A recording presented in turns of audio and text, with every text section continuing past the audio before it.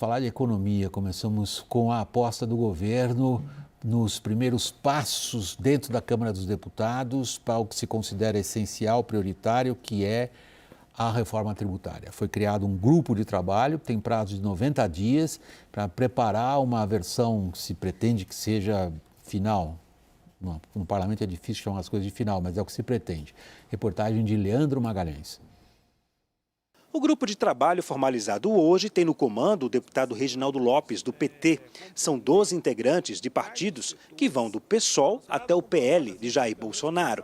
A ideia é fazer uma fusão entre a PEC 45 e a PEC 110, já em tramitação. Lopes quer fazer audiências com a indústria, trabalhadores, governos estaduais e o governo federal. Nesse primeiro momento, nós precisamos compreender quais os setores que nós precisamos negociar para permitir que a emenda constitucional da reforma chegue ao plenário e que possa ser aprovada.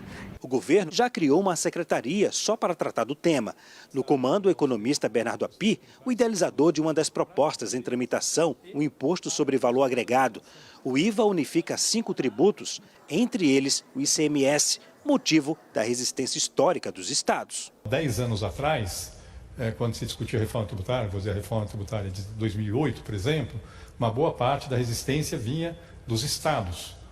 Hoje tem uma compreensão muito maior por parte dos estados da importância da reforma tributária, entendendo que ela é boa não só para as empresas, mas para o próprio poder público. Mesmo assim, governadores fazem pressão e insistem em rediscutir o corte do ICMS de combustíveis e energia antes de falar em reforma tributária. A reforma tributária é importante, mas tem um problema anterior que precisa ser resolvido, que é urgente para as contas dos estados.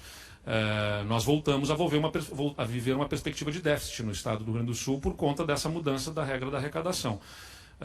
Sempre a população vai pagar a conta. Uma reforma tributária, você precisa ter um ambiente econômico saudável, coisa que nós não temos hoje no mundo, né? Existe uma instabilidade econômica no planeta como um todo.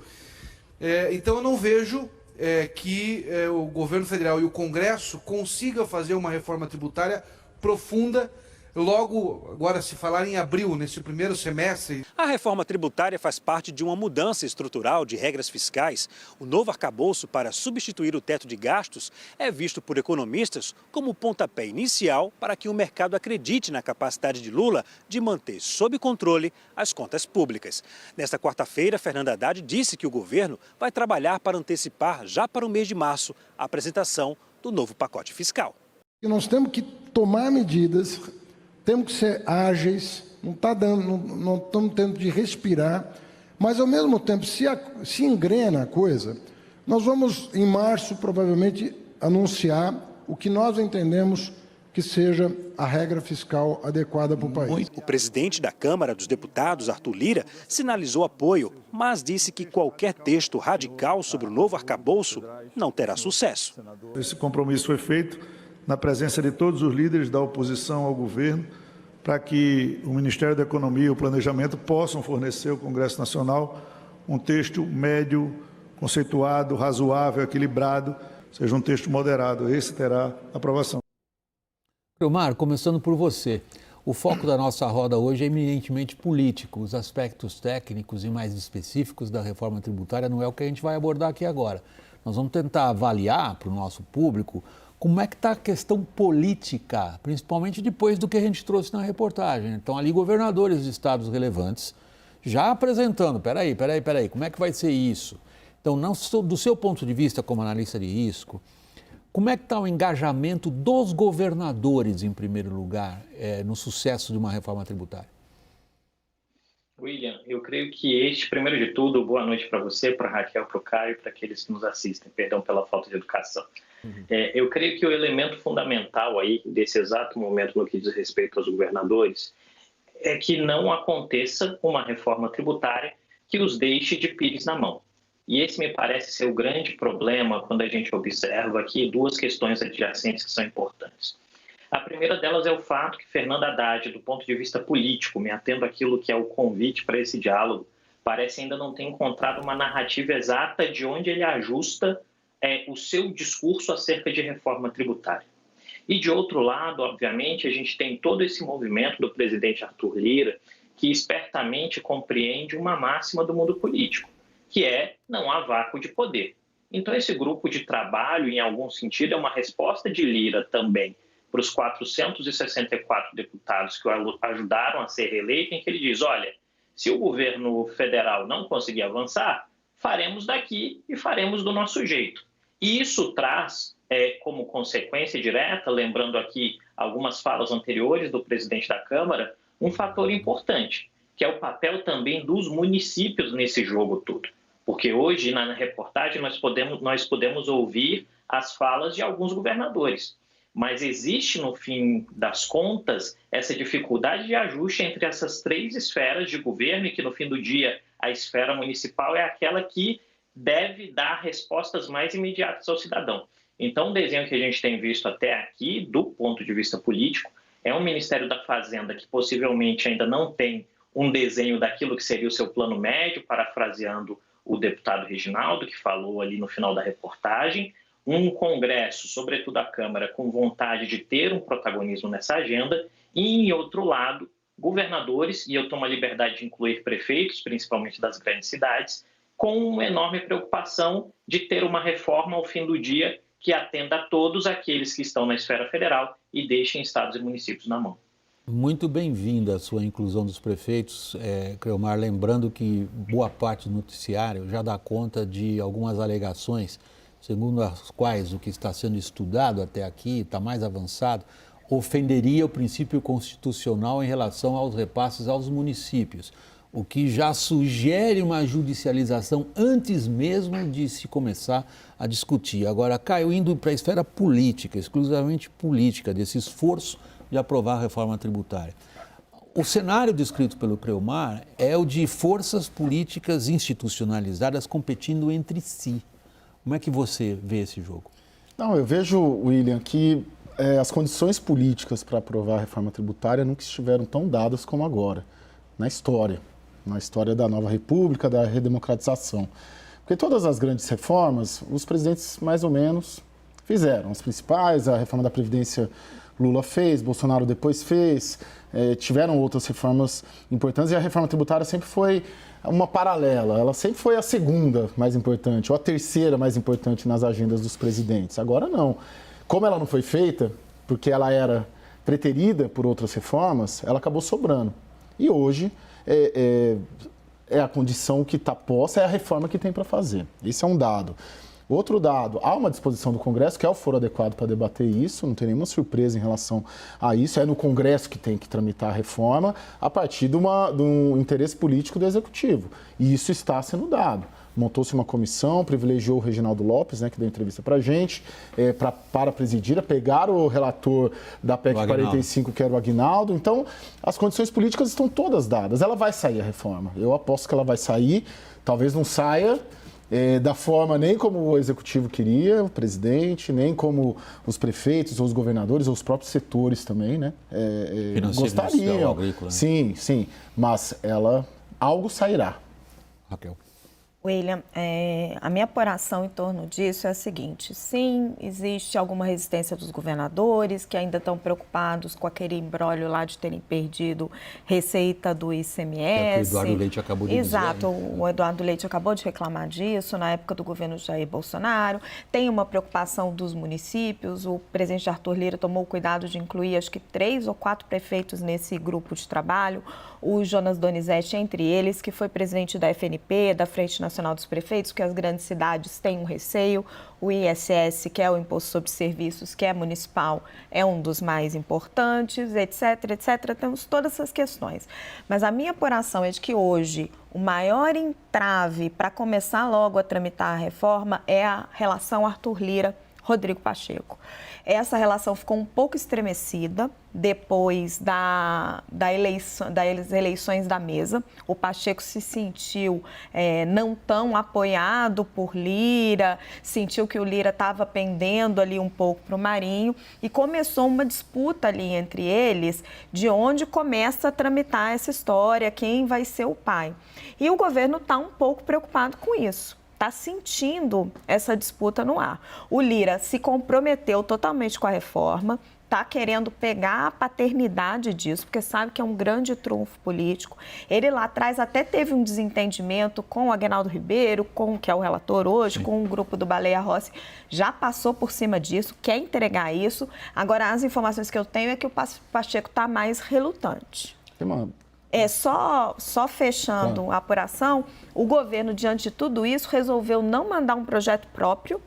Ele vai trabalhar mesmo com tudo que já está lá no Congresso, vai sentar junto com o Aguinaldo Ribeiro e trabalhar isso daí até para não gerar já uma rejeição direta. E tem que começar tudo de novo, Caio? Não, eu ia colocar algumas questões. O Aguinaldo Ribeiro, que é o relator, ele foi adversário interno do Arthur Lira, quando o Arthur Lira queria ser o presidente da Câmara. Então, tem uma disputa dentro do PP em relação a isso, o Arthur Lira com o relator.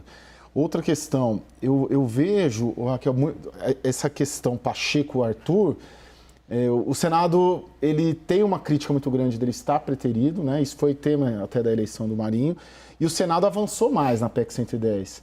Né? Ela está pronta para ser votada, e o processo de construção da PEC 110 que está no Senado, da reforma tributária, ela trabalhou com os setores da sociedade muito mais que a PEC 45. E aí o incômodo do Senado e do Rodrigo Pacheco é da PEC começar pela Câmara junto com o Arthur Lira. Então tem essa questão da disputa da paternidade.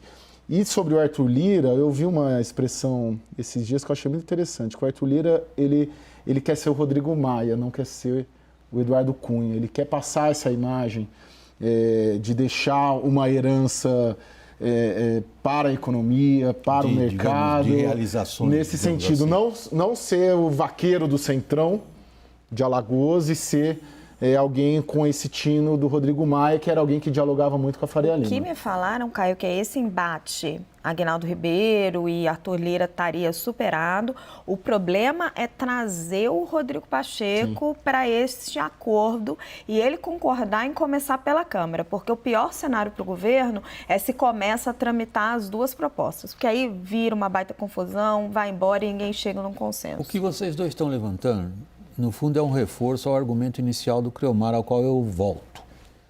Creomar, no final da sua intervenção, o que você descreve, e você praticamente se ressente disso, se eu interpreto você corretamente, você se ressente de uma força motriz, uma força que conduza esse processo todo.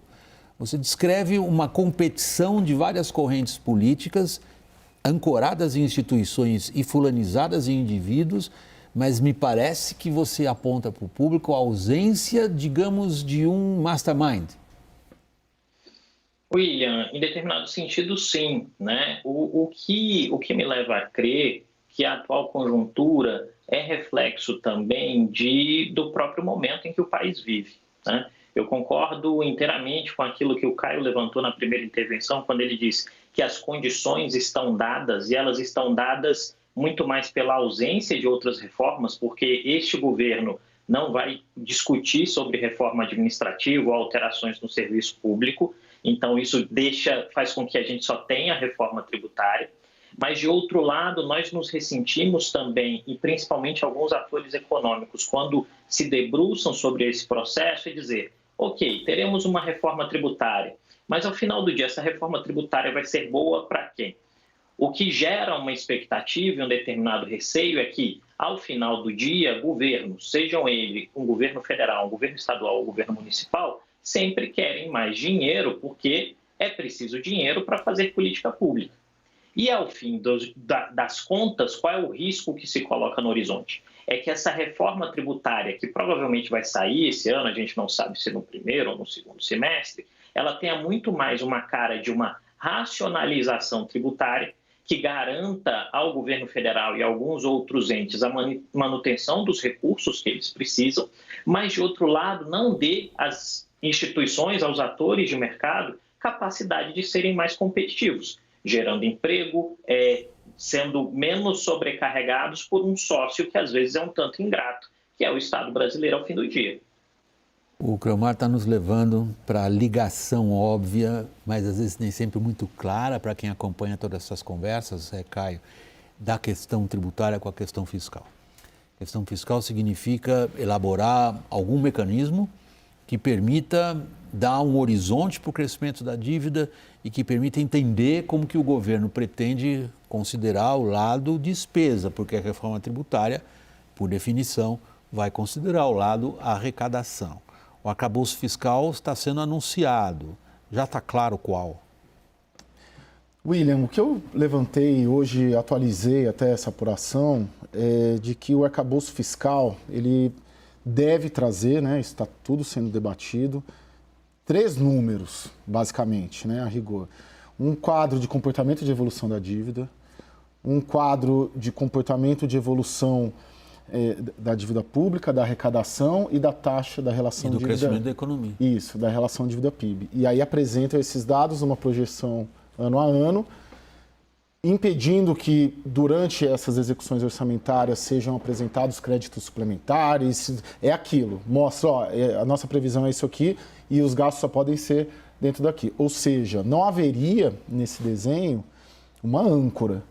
Né? Pode ser que haja, mas hoje eu não sinto, conversando ali com o pessoal da equipe econômica, que seria uma regra com gatilho, por exemplo, ou um teto de gastos, alguma coisa nessa linha. E eu achei curioso que eles chegaram a discutir a possibilidade de incluir um shutdown, né? Que acho que é o modelo que tem nos Estados Unidos, né? De paralisia, fecha o cofre, né? Pelo que eu entendo é isso. Mas todos paralisa a máquina quando chega. Isso, paralisa a máquina. Eles acham uma medida muito drástica. Está caminhando para isso, mas tem mais um mês desse debate. Mas de apresentar comportamento de evolução desses 3 aspectos e cravar, ó, a nossa taxa de dívida PIB deve ser 70%, hoje está em 73,5%, deve ser em 70%, deve ser em 60%, deve ser em 80%. Ter um número como se fossem metas para se atingir esses números. Mas aí assim, só pensando junto com vocês, o Caio está trazendo a apuração.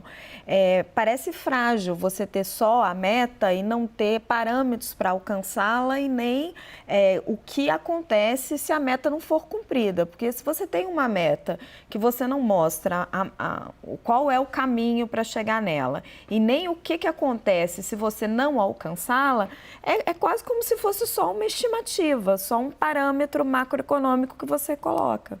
Creomar, como está na sua avaliação essa, digamos, parece bastante correto e sensato do ponto de vista político que o governo está colocando na frente? Quer dizer, reforma tributária e arcabouço fiscal caminham juntos, é essa a principal demanda dos agentes de mercado, que eles querem que o governo lhes diga como é que eu vou tratar essas duas questões. O arcabouço fiscal está mais ou menos delineado para você o que se pretende? William, na nossa percepção aqui como consultoria, essa ideia de desenho de um arcabouço fiscal parece ter uma dificuldade em termos de premissa, que significa dizer o quê? Aquilo que os atores de mercado esperam, parafraseando aqui, Raquel, se você me permite a sua última colocação, regras claras. Porque se você não tem marcadores e liames muito claros de até onde a coisa vai, fica parecendo aquela história de que você tem um quadro ali na parede dizendo alguma coisa e as pessoas só respeitam aquilo se quiserem, né? E isso gera uma subordinação da pauta econômica ou do critério fiscal a uma lógica política que algumas vezes a gente sabe pode assumir um caráter predatório. E aí tem um outro elemento que é muito importante disso, que são os próprios interesses e necessidades do governo Lula, e aí falando de uma presidência que tem como um pano de fundo um forte interesse e objetivo do presidente de reabilitar sua própria biografia. Independentemente, eu acho que é cedo para isso, independentemente se Lula será candidato ou não em 2026, um dos elementos importantes desta presidência é a capacidade que Lula tenha de reabilitar o seu próprio nome nos anais da história brasileira. E para isso ser feito, a fórmula em determinado sentido tem que seguir a velha cartilha do Lula 1 e 2. Você tem que estimular consumo, você tem que gerar alguns tipos de benefício sociais para uma parte da população e entregas que sejam vistas de obras a serem feitas ou casas do Minha Casa e Minha Vida. E se você não tiver dinheiro para fazer isso, o risco é de entrar em uma espiral inflacionária, que ao invés de ajudar na construção desse processo, acaba gerando um enorme prejuízo na construção desse processo de reabilitação da biografia. Então, eu creio que nós temos aí uma situação em que o governo é conservadoramente muito acertado nessa relação com o legislativo até aqui, é acertado inclusive desde antes de se tornar governo, mas de outro lado, alguns marcadores daquilo que dependem exclusivamente ou principalmente da capacidade do Ministério da Fazenda de estabelecer regras claras, me parece que há um constrangimento derivado, do choque de forças dentro do PT, 2, da capacidade, da necessidade do presidente Lula de entregar determinados elementos ao final da sua presidência e 3, do próprio parâmetro da realidade em que a base, no fim das contas, na Câmara, sobretudo, é do presidente da Casa e não do presidente eleito. Creomar, você está sendo contundente, como sempre, objetivo e contundente. Se eu posso sintetizar o seu raciocínio, é o seguinte: as ideias de arcabouço fiscal até aqui não cabem nos planos políticos até aqui. Caio. Exato. Não, sabe o que eu acho muito interessante? Que quando você conversa com o governo sobre a reforma tributária, a expressão mais utilizada é justiça tributária. Eles querem colocar mecanismos ali, por exemplo, eu falei com o Reginaldo Lopes, que é o presidente dessa comissão montada hoje, um cashback para produtos da cesta básica. Eles querem... Uma grande ideia, por sinal. Sim, sim. Eles querem, por exemplo, que no IVA, áreas sensíveis, populares, vamos dizer assim, como saúde e educação, tenham alíquotas diferenciadas. Então, a cabeça do governo, e é diferente da do Congresso, a cabeça do governo é essa, justiça tributária. A cabeça do Congresso é simplificação tributária. Quando você fala com o Baleia Rossi, quando você fala com os deputados que não são do PT, que estão na comissão, eles vão pela simplificação, vão com um ponto de vista muito empresarial, vamos dizer assim, né? Para melhorar e simplificar o processo. E quando você trata de justiça tributária e você tenta, na verdade, colocar, por exemplo, cashback, você está fazendo, não deixa de ser uma política pública, de certa maneira, que pode render eleitoralmente. Porque você imagina, o sujeito vai, compra produtos da cesta básica, cadastra lá o CPF dele e o governo dá um dinheiro de volta para ele. Não deixa de ter um potencial eleitoral muito forte. Dos impostos pagos, para ninguém pensar que ele vai receber o dinheiro pelo que ele comprou. Então. Sim. William, só fazer uma pequena observação sobre o arcabouço fiscal. Acho que, assim, independente da proposta que vier, é claro que é muito importante os detalhes da proposta que venha, mas independente da proposta que vier, é muito importante que o governo saiba que e aí digo todo o governo, que essa proposta tem que vir do Ministério da Fazenda.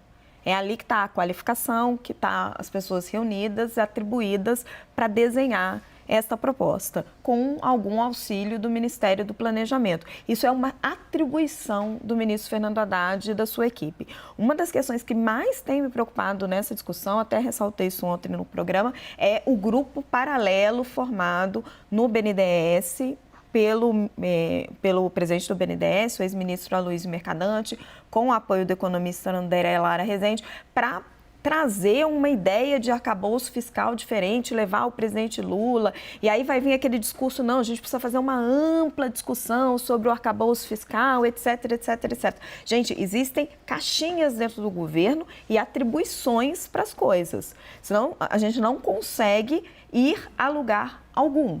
Então, é preciso definir isso, porque isso no governo é muito confuso. A gente tem uma presidente de partido que dá opinião sobre as mais diversas áreas do governo, um presidente do BNDES que discute arcabouço fiscal, que é atribuição do ministro da Fazenda. Agora, se eu sigo o raciocínio do Creomar corretamente, a questão é mais ampla. Ele colocou a nossa conversa num outro patamar nesse sentido. Ele está dizendo, nós estamos diante de projetos políticos. Até ele mencionou, se Lula é candidato ou não em 2026 é uma outra história. Mas ele quer refazer ou refazer, ele quer colocar na sua biografia essa, digamos, redenção de cuidar do país. E isso significa que o arcabouço fiscal se submete ao projeto político e não o contrário, Creomar? William, a percepção que a gente tem analisando as falas, discursos, né, e palavras-chave do presidente da República é que o interesse político se sobrepõe a toda e qualquer outra pauta. Não importando se é o arcabouço fiscal, a reforma tributária, a política de juros ou por aí vai. O que importa ao final do dia é que haja espaço político para, protagonismo em termos de agenda, né, de dizer eu fiz, eu resolvi, ou 2, terceirização no que diz respeito àquilo que der errado e você possa jogar responsabilidade sobre outros ombros.